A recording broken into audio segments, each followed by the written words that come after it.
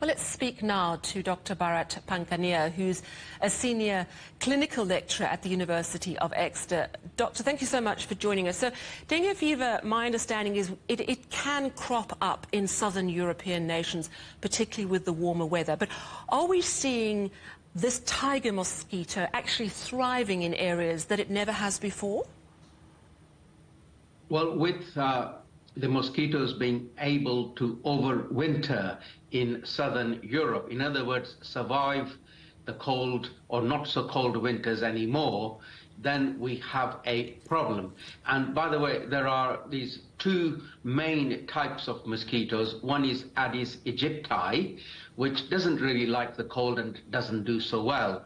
On the other hand, this tiger mosquito that you said, Aedes albopictus, that is widespread.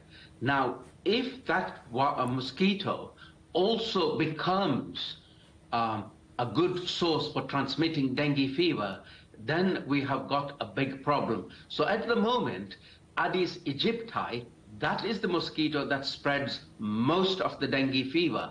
On the other hand, if albopictus, which is widespread in southern Europe, also adapts to be able to spread dengue fever as well as other infections such as Zika virus, chikungunya, then we have a problem. Okay, so the aegypti mosquito doesn't cope with the cold weather, doesn't like the cold weather. That seems to be what you're saying to me is the one that spreads most of dengue. But this tiger mosquito, yes, more resilient and with climate change able to thrive in previously colder climes, which are now getting hotter. Is this something that you are tracking in terms of not only dengue fever, but much more dangerous mosquito-transmitted illnesses, such as malaria, for example? Well, indeed, but we mustn't disregard how dangerous dengue fever is, because every year we have about 20 to 25,000 deaths from dengue fever. And with dengue fever, we know what we know, but we don't know what we don't know, meaning many people are infected and we never know about it because they have a mild illness and then they recover. That is not to also say that mosquito-borne malaria is not a problem. Of course it is. So we have malaria, we have dengue fever, we have to worry about Zika virus, and of course we have to worry about chikungunya, West Nile fever, and of course even including yellow fever. Because remember, Aedes aegypti is a yellow fever transmitting mosquito. All right, so there's a lot of research that needs to be done specifically around dengue fever, as you've explained. What needs to be done to manage it? Are we looking at more vaccines, environmental controls? What are the frontiers to managing dengue fever?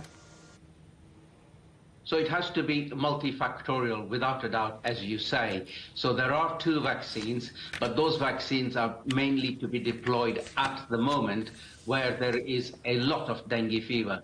So on top of vaccine development, we also need to work on how to control mosquitoes by having pests that kill mosquitoes. So we cannot be forever spraying insecticides, but what we need is research into what is going to kill the mosquito. In other words, other insects to harm the mosquito. And that sort of research is absolutely important and high time that it was done. Of course, there are other preventative measures that we also need to take, which is stagnant water. And we are finding, instead of ships, that it is along motorway routes that these mosquitoes are finding their way into southern Europe and further up north. So, you know, it's like car tires, empty car tires, tires which hold water and things any like stagnant patch of water. And so important what you're saying is that much more research is needed, particularly as areas that were not that hot become increasingly warm. Dr. Bharat Pankhania, thank you so much. He's a senior clinical lecturer at the University of Exeter.